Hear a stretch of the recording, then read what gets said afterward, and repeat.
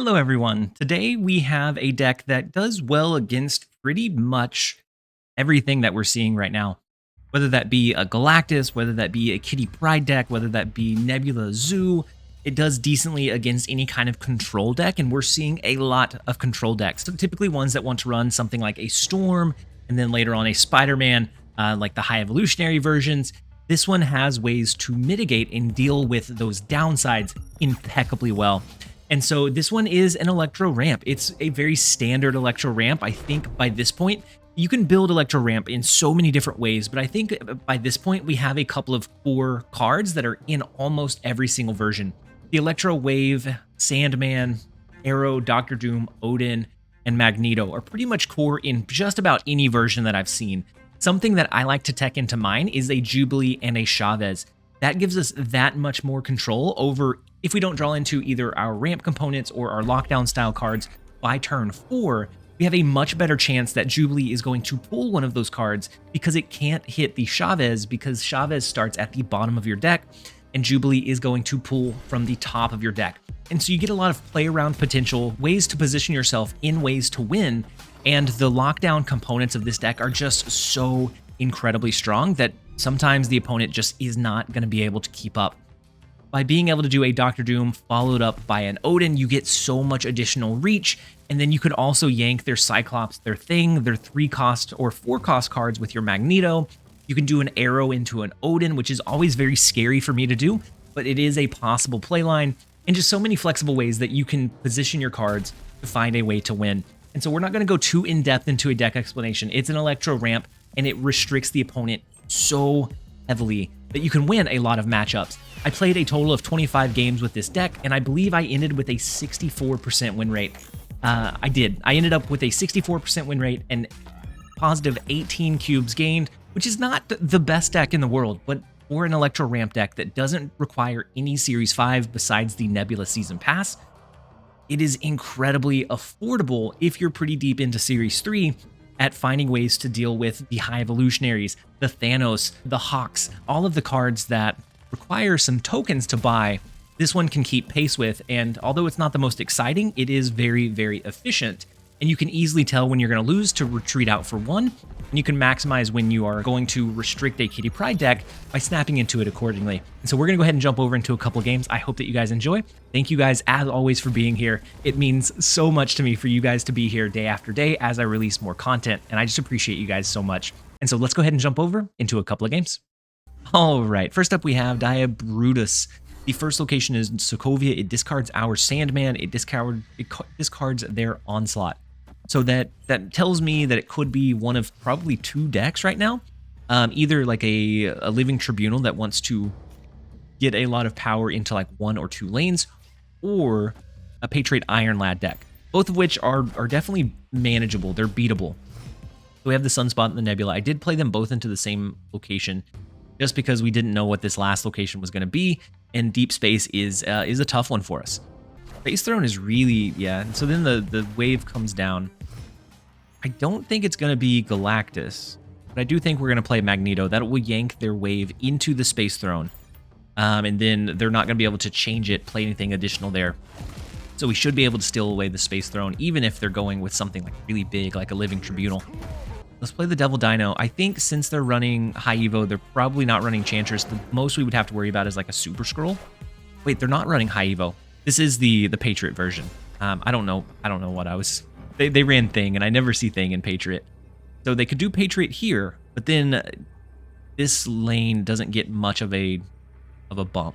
They could do like... Yeah, they can't really do a whole lot there. I'm going to go with Doctor Doom into the Sokovia lane, just so that we can impact both of these locations. Even if they have a Patriot, I think we win. They won't be able to impact the space. Ultron. Ultron's pretty big, but not big enough because they don't have any buff cards.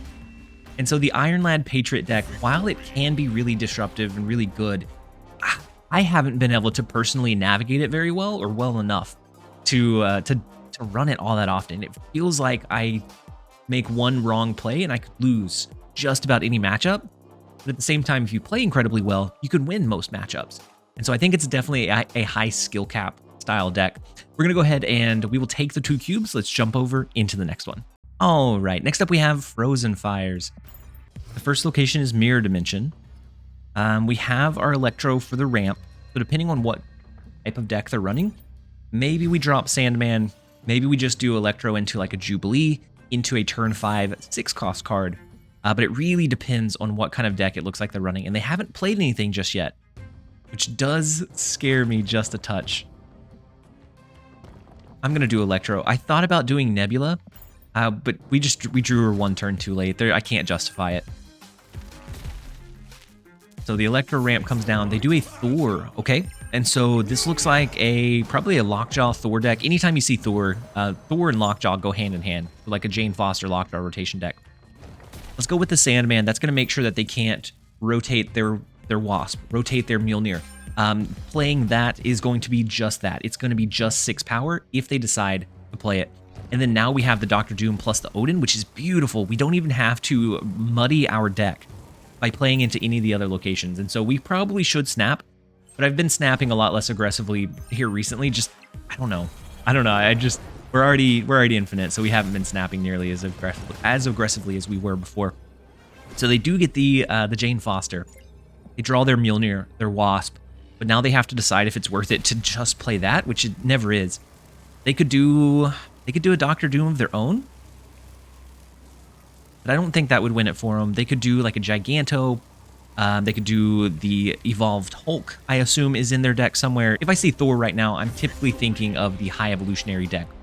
So we are able to hold down the 1 cube just with the restrictiveness of Sandman. Sometimes that is going to force decks into not being able to play, and you're able to steal those games away. Let's go ahead and take the 1 cube, jump over into the next one. All right, next up we have Camus. The first location is Limbo. So we get in an additional turn to play another 6-cost card. Depending on what kind of deck they're running, we'll know very quickly whether we want to angle towards the Devil Dino or the Sandman after dropping Electro on turn 3. We do get our Nebula starting off, which is beautiful value for us. The only other thing I could ask to draw into would be like Sunspot, but even then, that's not like not a huge win for us.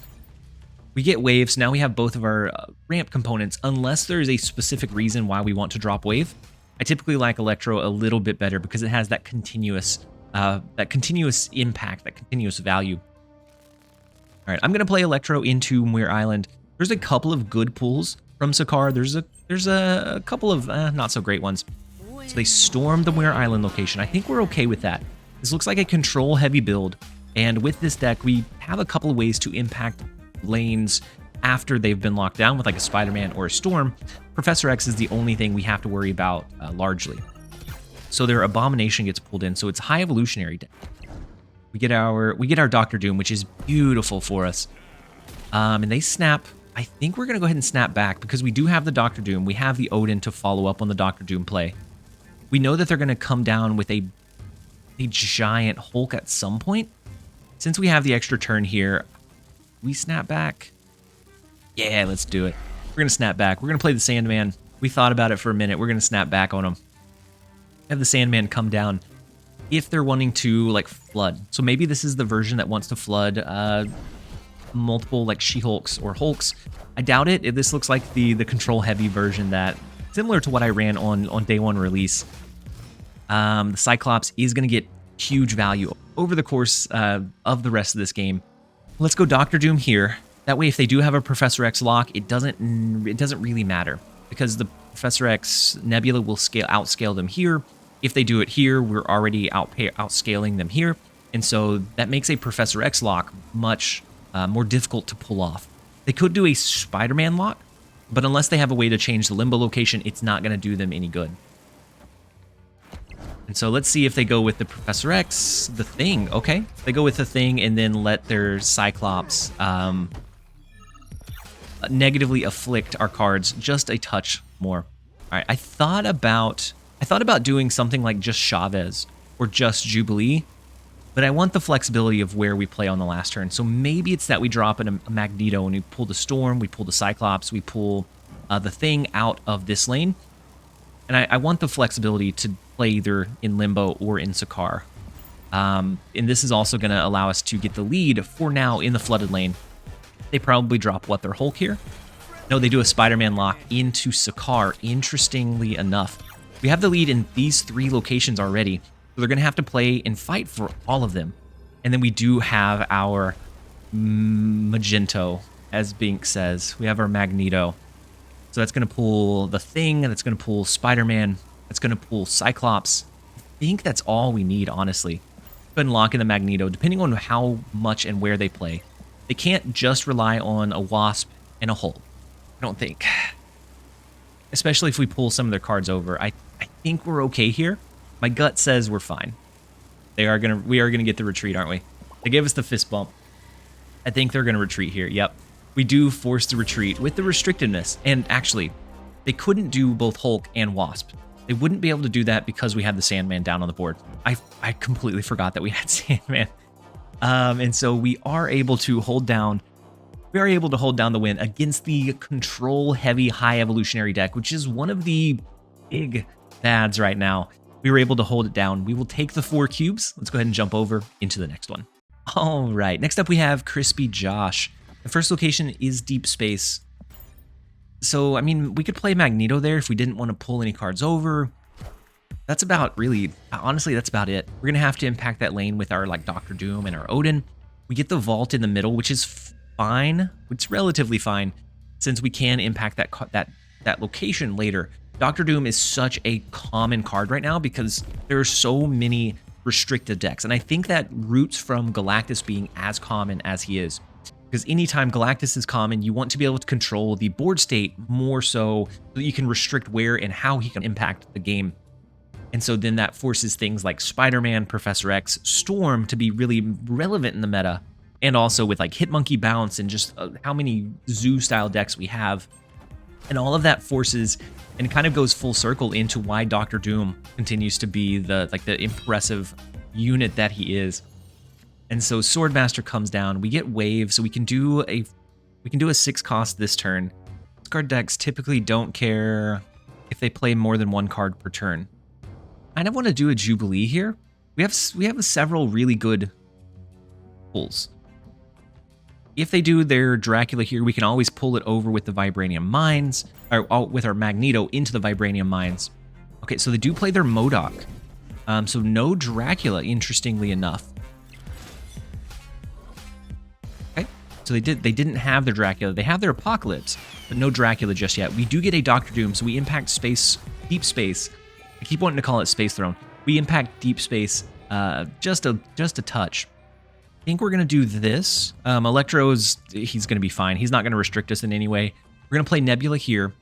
And then I think we play Magneto into the Vibranium Mines next turn to pull over their Swordmaster. I don't know. We'll see. We're going to do the Nebula and then we'll see. I don't know if it'll give us enough reach here. Actually, it does. As long as their Wolverine doesn't get moved in any way. Since they didn't play for the Vault, our Nebula will scale the same as theirs. We pull the Swordmaster out. They go down to 9. We're at 10. So the Magneto is going to be able to come in very, very handy here. If they have the Dracula now, they'll have to play it here. If not, then they just lose this lane. If they play like an Apocalypse here or here, we should be able to, I think, steal this game away. And so let's go ahead and pull the Swordmaster out. I think we're going to steal this one away from the discard player. The Apocalypse comes down. Wow, we actually win that right lane as well with the Magneto. We get the full 3-lane sweep. Not what I was anticipating whenever we see a discard deck. Discard decks are one of those decks that are very linear. They're very easy to navigate, very easy to tell kind of what they're able to do. But they're so consistently pumping so much power that it's really hard to win against them every single time. They're always decently viable. If you're patient, if you play it well, you can win a lot of games off of it. We're going to go ahead and take the 2 cubes. Let's go ahead and jump over into the next one. All right, next up we have Joe is Cool. The first location is the Mirror Dimension. We're going to go ahead and drop our Sunspot there. Shadowland comes down, so we may get a second Shadow Ninja at some point. Okay, as long as they have the same downside that we do, they could potentially clear it, send it over with a Viper. They could drop a Killmonger, but we don't know what kind of deck they're running just yet. So they drop a Calling Wing. They're running a discard deck, so it's either a Hella discard, but seeing the Swordmaster could be a Hella discard, which is propping up in popularity. Hella discard's one that when you hit your high roll, it's so hard to stop. Now, maybe you have a Cosmo that you just prohibit it with, but in general, it is incredibly difficult to deal with if it hits its high roll. We're going to go ahead and do our Jubilee, see what we pull. We could get a wave, we could get Sandman off the top. And so knowing that it couldn't pull our Chavez, we had a better chance of knowing what we were going to draw into there. They do get their Dracula. I think we just go Devil Dino into a Doctor Doom. That's going to impact all 3 lanes. Yeah, since we didn't get Electro for the ramp, I think we go Devil Dino, Doctor Doom. Let's go ahead and stick this one out. We're going to try it. Do they have their MODOK? MODOK would make sense as far as the snap, yeah. It's an Apocalypse. Hellcow. Blade. Okay. So they have a Chavez and a Apocalypse. This becomes, we win this lane. They've discarded Apocalypse once, so it's 12. That becomes 16, so they become 14. We lose this lane. Now, we could do Magneto to pull the Dracula over, but if they Chavez here, that's going to be more than our Devil Dino can do.